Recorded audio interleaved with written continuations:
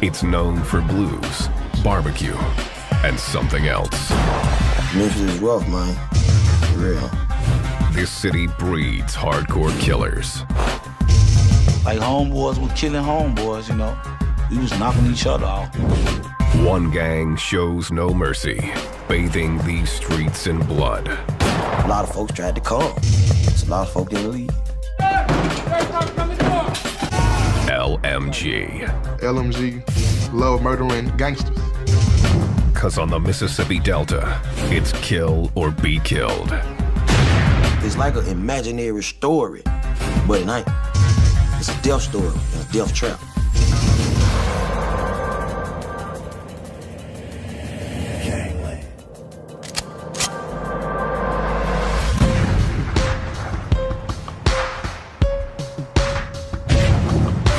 Memphis, Tennessee, heart of the Bible Belt. It's got more churches than gas stations, and everybody has a recipe for the best barbecue in town. It draws thousands of tourists who flock to visit the birthplace of the blues and the home of Elvis Presley. Memphis is also one of the deadliest cities in the country. It was folks dead everywhere. Dead in the garbage can, dead in the snow, dead standing up on the wall. Just death. In 2007, according to the FBI, Memphis was the most violent city in the nation, with more than 1,200 violent crimes per 100,000 residents. The #1 reason for the bloodbath: gangs. It's like every major city took all their gangs, put it in a toilet, flushed it, and they came out in Memphis. This city of 674,000 holds some 300 different sets of gangs.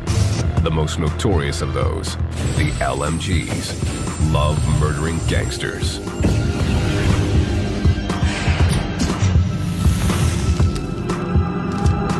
They had the attitude that they were above everybody else.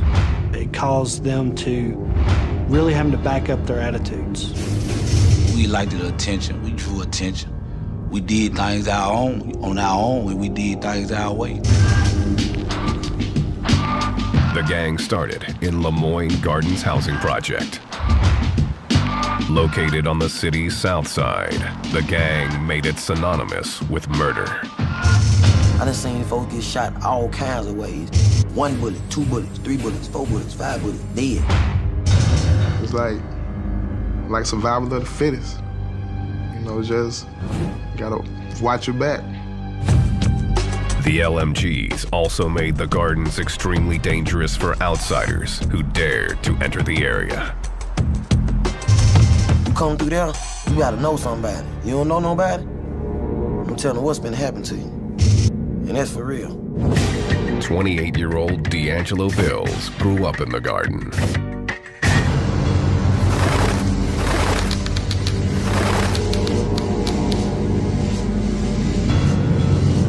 My life at 12, man, it wasn't boring. You hear me? Back then, I loved it. Skipping school, smoking weed, shooting dice, shooting guns in the air. It was crazy. His LMG crew calls him Wild for good reason. He's been shot 17 times. I got holes everywhere in my body. You know what I'm saying? And I got them in direct places that will kill you. In the head, in the chest, in the heart, in the stomach, in the leg, in arteries. Wild has lost feeling in almost his entire body. You can see this part right here, numb. This the only feeling I got right here in my body. You hear me? Right here. One shooting took place when Wild was hanging on his front porch, and a group of strangers appeared on his block. I wasn't really paying them no attention. You know what I'm saying? Someone was just telling me to look. Boom, as soon as I looked, it hit me in my face. Wild was shot in a hail of gunfire. One bullet lodged above his eye. I was trying to snatch this out, but it was stuck on my eye bone though. You hear me? Wild took off running as bullets chased him. One hitting him in the hand, another in the back. My back was hurting so bad because the bullet was on my spinal cord. To this day, Wild doesn't know why the men went after him. It's just part of life in this project. I'm from Lemoyne Gun. What you expect? You hear me? I'm hated by a lot of people.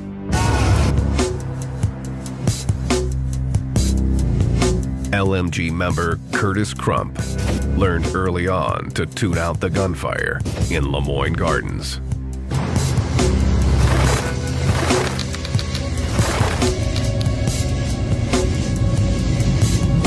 If you're in the park playing basketball, a couple guys got to shooting on the drive. I just kept on playing basketball because it wasn't nothing new to me. As long as I ain't get shot, I'm all right. Curtis was raised to believe in God and the Bible, but the lure of fast money trumped his religious upbringing. You see drugs, you see people with nice cars, you see different other females, and once I picked up on it, man, the church life couldn't tell me nothing, my mama couldn't tell me nothing. Curtis was only 10 when he joined the LMGs. He started as a lookout, then quickly moved into selling drugs. He soon gained notoriety in the garden. I was doing anything to get my name out there. That's Curtis. Oh, he from the gun. Oh, he's straight. Don't with him. If you with him, he got a whole lot of on his team. Curtis had already been shot 7 times by his 18th birthday. Got shot right there. Shot me right there. I got another bullet hole right there.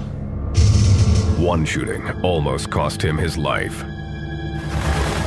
In 1990, Curtis was playing craps and was up more than $3,000. The trouble started when another player didn't like the way the dice were rolling. Like, Curry, give me something. I told him I ain't get nothing, man. Go ask your hoe, give you something. Go rob a bank, do whatever. The other gangster went to his car and grabbed an Uzi, then began shooting at Curtis. I end up on the ground, and I see him run up on me. I told him, I'm gonna blow your out, man. You might well go and kill me. But they wanna unload on me. The gunman fired more than 30 rounds, hitting Curtis in the legs 5 times. I gotta kill this now, you know what I'm saying? And you think, well, I don't wanna do it because if I do, I'm going to jail. The shooter was added to a list of enemies, topped by the LMG's most hated rival, the Gangster Disciples.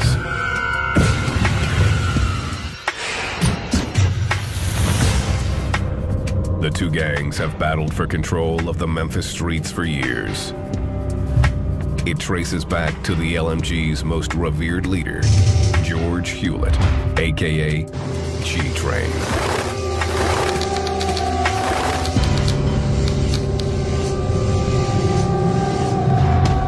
1993, 23-year-old G-Train ruled the drug scene in South Memphis with an arsenal of weapons and an iron fist. He was like Sammy the Sam. I mean, everywhere he went, he had 2 or 3 guns. To fellow gang members, G-Train was invincible and could not be brought down. He got shot. He still out the next day, running around. He wasn't ever scared of nothing. He went anywhere he wanted to go. Alvin Johnson, known as Dog Pound, was G-Train's childhood friend.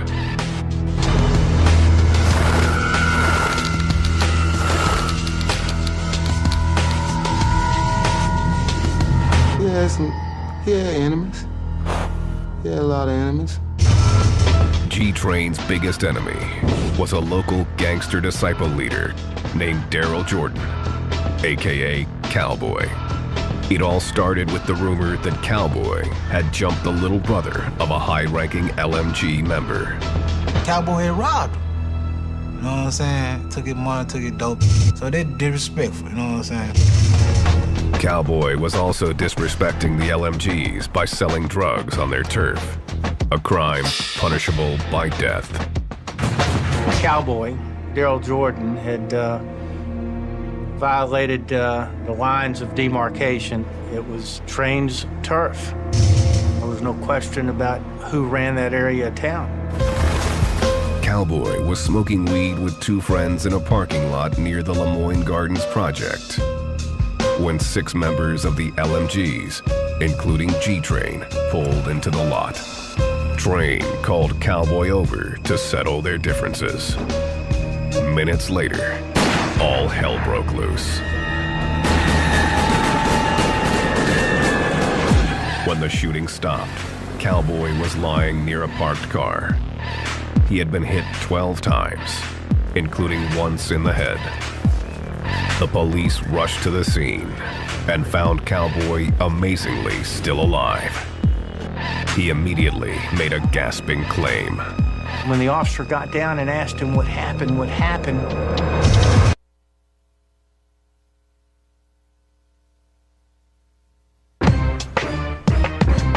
Memphis, the River City. B.B. King mastered the blues here on Beale Street, and Elvis recorded his first album at the legendary Sun Studio. The city is also home to the LMGs, one of the most violent gangs in the South. People love to see evil. People like that. Where I'm from, we feed off of it, you know.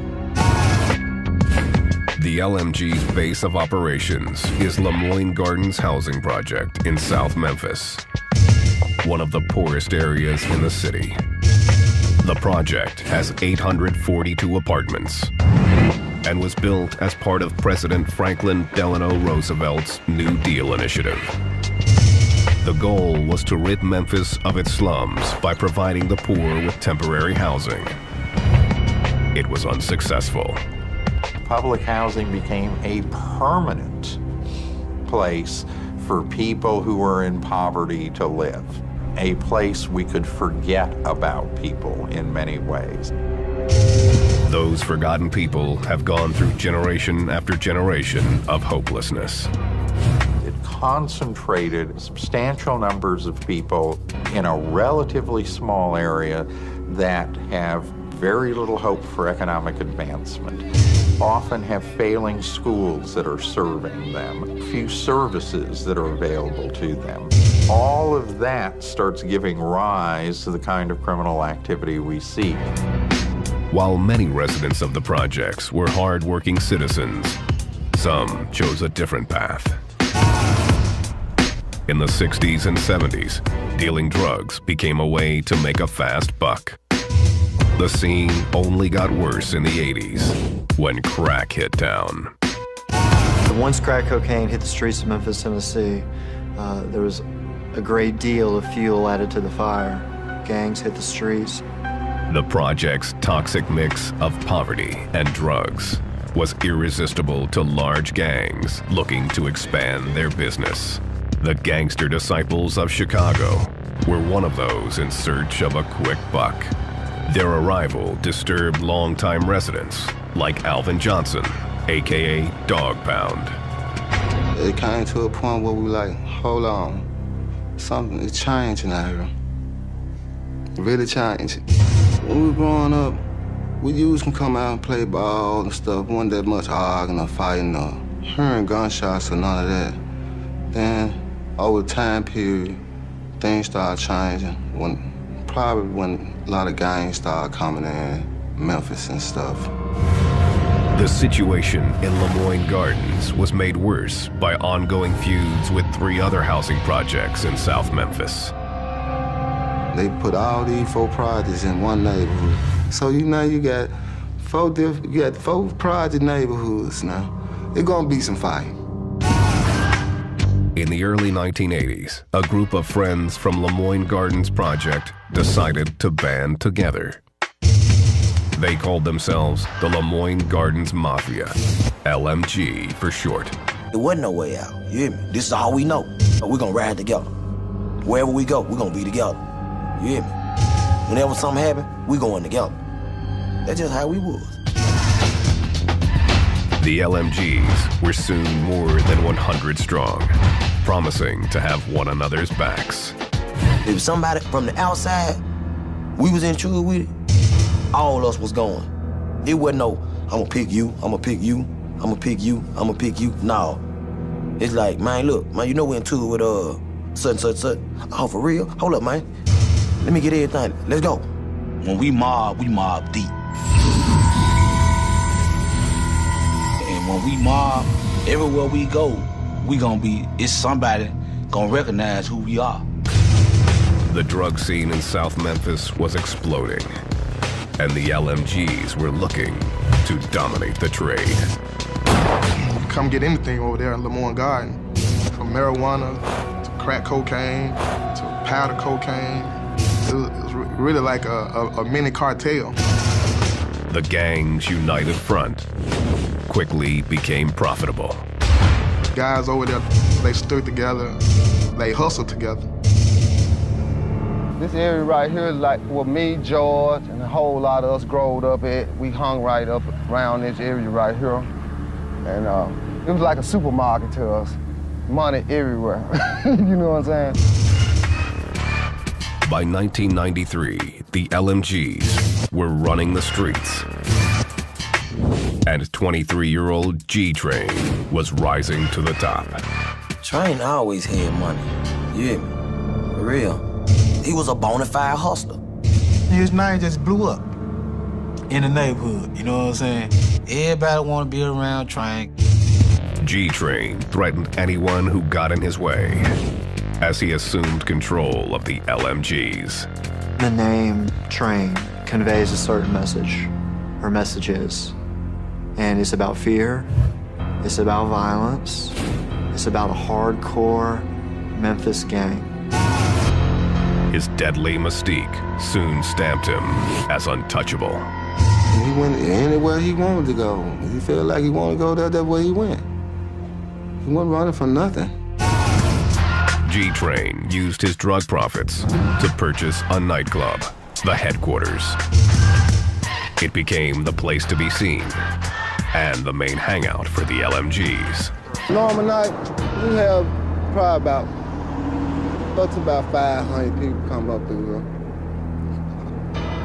Cars all up, down here, all up here. From the street, it looked like a legitimate business. But behind closed doors, the Headquarters held a secret. Club was more like, club slash, trap house. Ecstasy pills, marijuana, cocaine. I mean, it's all there in the club. So it's like a one-stop shop. This is where they would hold their meetings or so-called roll calls. And they would talk about their business. They would talk about, okay, where are we at with our money? How we're going to make money. What are the gangster disciples doing? What are the rival gangs doing? G-Train's empire continued to grow as he appeared to go legit. He formed a music group and cut a rap album. G-Train also tried to build a reputation as a local Robin Hood. He bought a barbershop, gave out free haircuts, and sponsored a 4th of July fireworks show. He showed love, on Christmas. If you don't have one, he'll make it happen for you. He bring gifts. To the LMGs, he was a hero, a man to be emulated. He was really like a daddy to me because I ain't had my daddy. You hear me? And I was trying to be like this man, him. Like when Train started selling dope, I wanted to sell some dope. I seen Train buying cars, I gotta get me a car. I seen Train toting guns, I want to do that too. That's when he started taking the guns to school.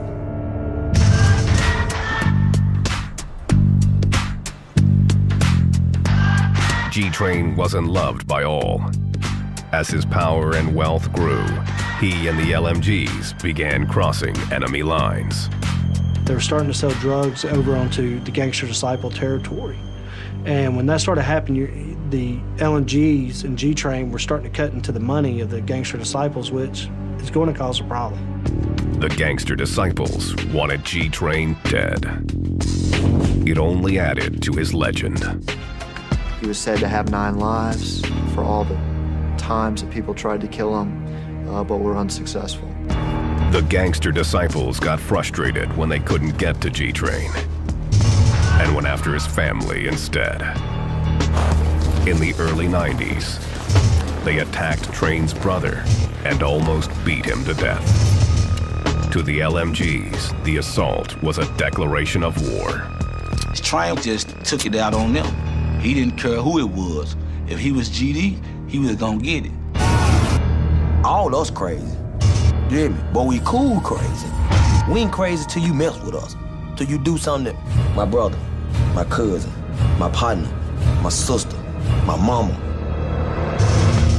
The LMG's plan was simple. It was just SOS, shoot on sight. The murders began to pile up as each killing was met with another. God, it's Murderville, you know what I'm saying? So you get coming through there after dark, it's bloodshed. The LMG's name took on a more sinister meaning. LMG changed from Lemoyne Garden Projects to Love Murdering Gangsters. The posse had a new battle cry. GD, short for Gangster Disciples. LMG added a K to it, GDK, Gangster Disciple Killers. By 1996, corpses were piling up on the streets. It was unlike anything Memphis authorities had ever witnessed.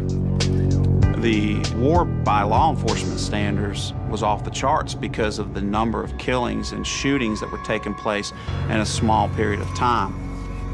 The Memphis PD were outnumbered and overwhelmed.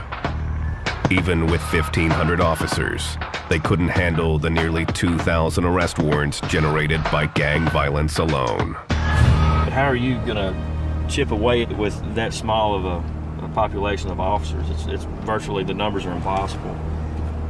It's like sticking your finger in a dam to keep from busting. You know, it's not gonna work. Check, make sure there's one in the chamber. With gang violence reeling out of control, the sheriff's office responded by creating the Street Crimes Unit, a hand-picked team of some of the most specialized officers in the area. I liken it to pretty much an all-star team. You take people from different divisions and you bring their particular skill set and you add them together, and that's the street crimes concept. The unit had their work cut out for them. The LMGs had the gangster disciples running scared, and the cops were playing catch-up. Memphis was in a stranglehold. I mean, everywhere you go, you seeing guys throwing up the L, saying, you know, LMG, LMG. We wasn't going looking for trouble. Trouble always found us. It always found us, man. Bam, man, that's a lot of dead for nothing. For real.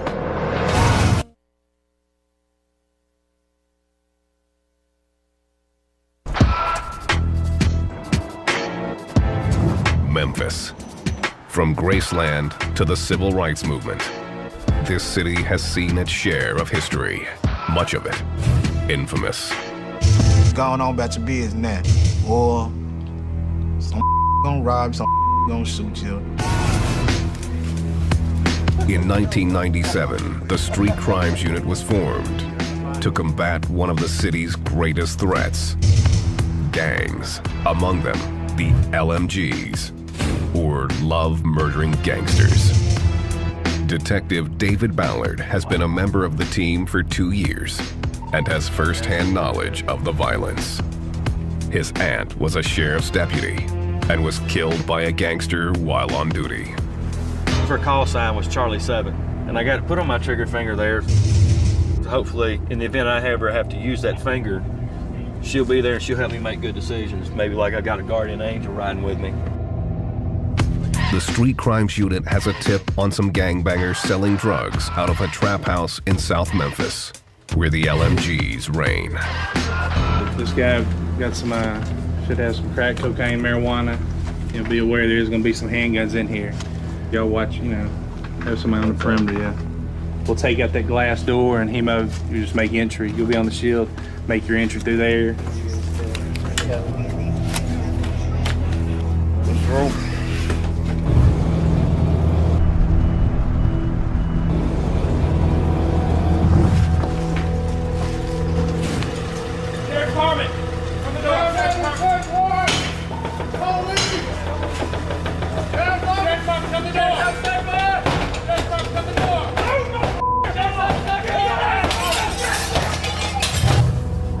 one gang member was arrested. They kind of go hand in hand. There's drugs, there's money, there's gang, and it's a criminal enterprise. The officers confiscate a weapon and a stockpile of drugs and cash. They have some kind of drug notes. This right here, this is $16,800. How he's got it split up. They have all kinds of little notes in here, how much they've made. This is powder cocaine. This is what people snort up their nose. There's probably gonna be about a pound or two of marijuana here. This was found in that cabinet in the kitchen where he was at. Well, right by that cabinet door, this was loaded with 4 rounds. And check this gun, see if it's stolen. That'll be an additional charge. The Street Crimes Unit is constantly on patrol in dangerous neighborhoods like Lemoyne Gardens. It's 11 o'clock in the morning on a Tuesday. You know, well, I mean, what are you out doing? 4 or 5 guys just walking around. We'll pull up, check them, see if anybody's got any warrants, just kind of talk to them, try to interact with them. And you never know, they may be receptive to talking to us, or they may take off running. They are looking for gang members. What were you in jail for? This afternoon, they find a group of vice lords. Question. Come here.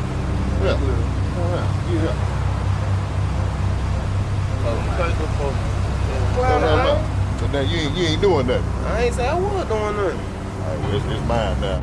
I hate gang members so much that, I don't care about the bandana. I'm gonna get it and use it what it's for. It's probably pretty much like to wipe my shoes with. It's mine now. Yeah, how they do it? Yeah. You're not gonna walk around in my presence with a flag. They're gonna represent one way or another when they're walking the streets, who they belong with. Love murdering gangsters, the LMGs, also represent with the color red.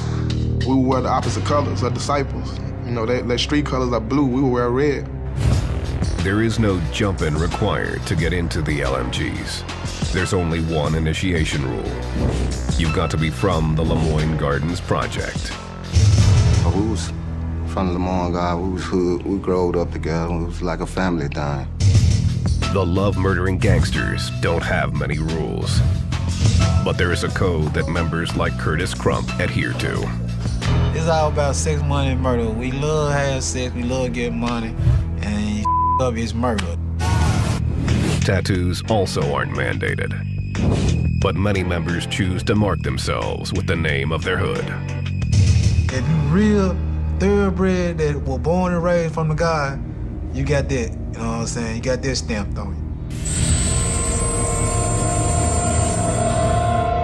Oh, my tattoo. It was LMG Soldier, you know what I'm saying? We got LMG on right there on my hand. It's basically my hood, something I live by, die by. A lot of people don't like LMG, so just by me having this on my hand makes me in danger. The LMGs keep it simple when signing. We had a handshake like this. We throw each other like this. We throw the L. That's Lemoyne God. I stand for the L, Lemoyne God. That's the L sign, that's representing LMG. And there's no other sign. That's the only sign. Representing isn't just about showing your allegiance to the LMGs. Their leader, G-Train, flipped the script and used it as a warfare tactic. When Train was on the hunt for gangster disciples, he would wear the blue colors of the LMG's rivals and ride the streets. His disguise as a GD had deadly repercussions. They find GDs and they throw their own sign at them. When they throw it back, they jumping out shooting. The LMGs use other methods to trap their rivals in the hood. They have been known to shoot out the streetlights in Lemoyne Gardens. And if anything was to go down, any type of violence or any type of altercations, they wouldn't know how to get out. It's pitch dark. And it's a lot of folks tried to come. So a lot of folks didn't leave. The cover of darkness has another purpose: to keep away the police.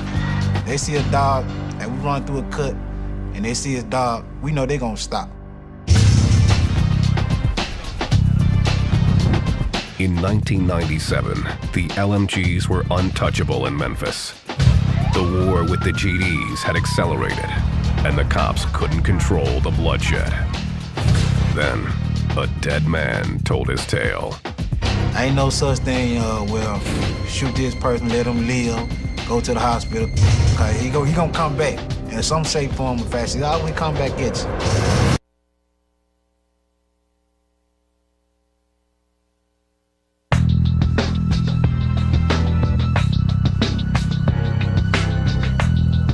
Memphis, Tennessee. Love murdering gangsters, the LMGs, and their ruthless leader, George G. Train Hewlett, had decided it was time to kill or be killed. Each time in the center attention up in the media, you know, that's all they talk about. Gang leader this, gang leader George Hewlett this and that.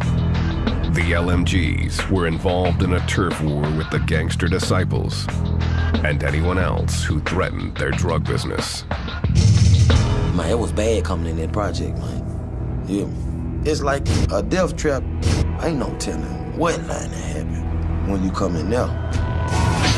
G-Train's wrath was focused on a gangster disciple named Daryl Cowboy Jordan.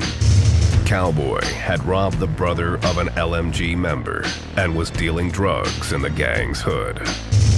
G-Train decided 2 strikes were all it took. Cowboy was hanging in a parking lot when 2 cars filled with LMGs pulled up. George Hewlett was in one of those vehicles and called Cowboy over for a discussion. A couple of minutes after that conversation took place, there were multiple gunshots. When the firing stopped, G-Train walked away unharmed. Cowboy was lying near a parked car. He had been shot 12 times. The police arrived on the scene just in time to hear his final words. He had kept telling the officers on the scene that Train was the one who shot him. Cowboy died minutes later. The authorities were confident that Cowboy's dying declaration would finally put G-Train away for good. Cowboy had no reason to lie. He knew that he was probably about to expire, and he wanted the officer to know who had done him in. The case was weak from the start, as eyewitnesses said they never saw G-Train holding a weapon. Even the most damaging witnesses were only claiming that George was there at the scene, that he called Cowboy over to the vehicles, and that gunfire erupted shortly thereafter. Nobody could put a gun in George Hewlett's hand. The case fell apart, and G-Train walked free.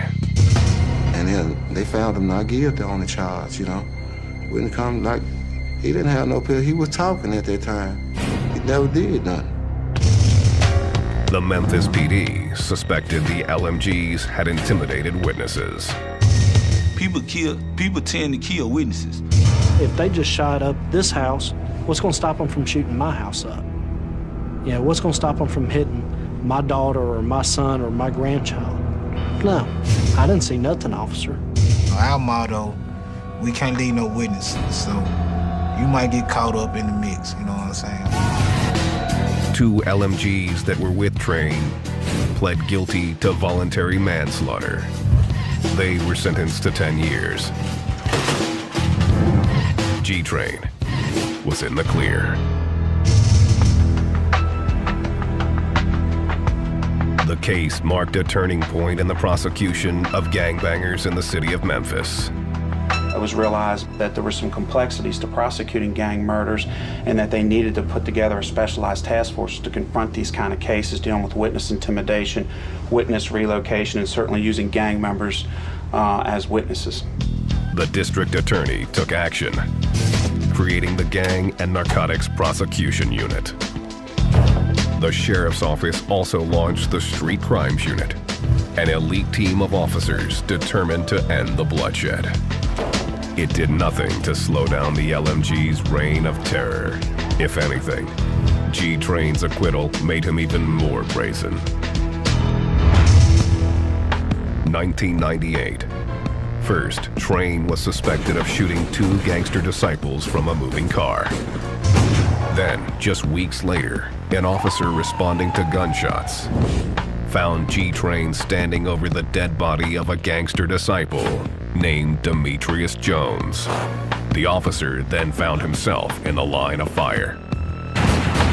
The officer went across the street to confront George, and at that time George took a shot at him, and he jumped into his car and drove off, and the officer was pursued but lost him.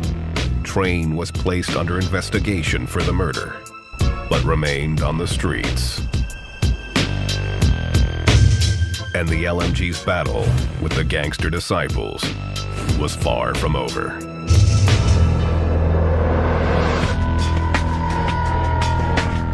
The violence became so rampant that Curtis Crump's girlfriend's house was shot up by a group of gangster disciples. With his girlfriend injured, Curtis was outraged.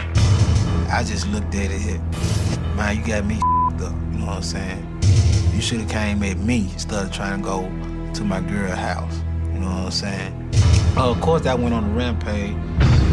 Curtis and a fellow LMG decided to pay the shooters a visit. They rolled up to their house fully armed, then kicked in the door and started firing. We made sure we shot everybody in their house, you know what I'm saying? Let them know that I did it, you know what I'm saying? Even if you was the one who shot in my girlfriend's house or not. Nobody was killed, but the point was made.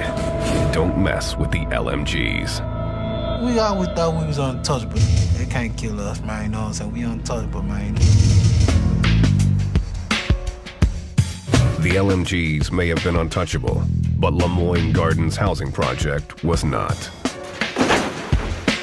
In 1998, the city began to redevelop South Memphis. The first order of business was the destruction of the garden. I hate to see they tore it down. I cried and took a couple of bricks with me. That's my stomach ground. I love that place. I was like, man, we got a lot of to deal with. Hell yeah, they tore the project down. What the hell we finna do now? You hear me? The garden was gone, but Memphis was faced with an unexpected consequence. The LMGs spread throughout the city, and so did the bloodshed. Now, we was everywhere. And of course, we still got that, man, you mentality, you know what I'm saying? It's still LMG, you know what I'm saying? Well, we're gonna get it established over here or get established over there. G-Train continued to dominate the LMGs, despite the attention of the Shelby County Gang Unit. Train, a lot of people feared him. He was not scared to pull the trigger based off the rumors on the street. He was feared, and he was very intimidating. I guess, you know, when you feel like you that king type person, you feel like you can't be touched. G-Train's legend was building, but even legends don't live forever. He was living like he had a death wish on him, or he knew death would ride him.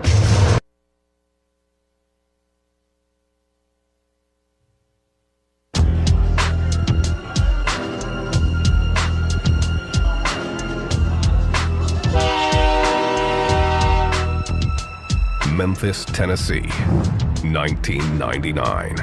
The LMGs, love murdering gangsters, were as strong as ever, despite the destruction of their hood, the Lemoyne Gardens Project.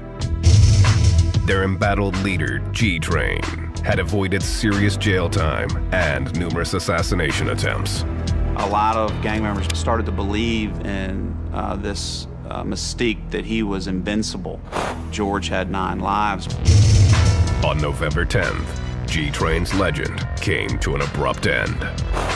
The details are sketchy, but it's known that G-Train was alone at his nightclub, the Headquarters. Train's childhood friend, Dog Pound, was locked up at the time, but word from the street reached him in jail. Train truck was parked right here, and he was coming out this door right here. So when Train entered out the door, we entered his car, 2 guys come running around with assault rifle, start shooting. Dogbound says Train was struck multiple times. He fled his truck and ran down the street, his shooters close on his heels. Where he fell down at, and they said the man came and stood over, pulled out another gun, and shot him one more time in the neck. No witnesses came forward, and the case has never been solved. I don't call it murder. I call it assassination. He was assassinated. It's like he had formed so many enemies that you will never know who did it, you know. You got everybody coming at you. You got too many people to watch. G-Train's 9 lives were finally over. The gang was devastated. It affected me a whole lot. Really a whole lot. I miss him a whole lot. He was a friend to me. Close friend. Think about me every day. When I started crying, man, I was baby crying. You know how a baby cry? I was baby crying, man. I ain't never cried like that, man. Hundreds of people attended G-Train's funeral. It was like a celebrity had passed away, like the Pope. I mean, cars all as far as you could see. The Shelby County Gang Unit also attended, expecting retaliation. Snipers, detectives, homicides, CIAs, in the bushes, camouflaged. Man, I ain't never seen no funeral like that in my life. But we're all in bushes. Man, it was more police than The payback never came.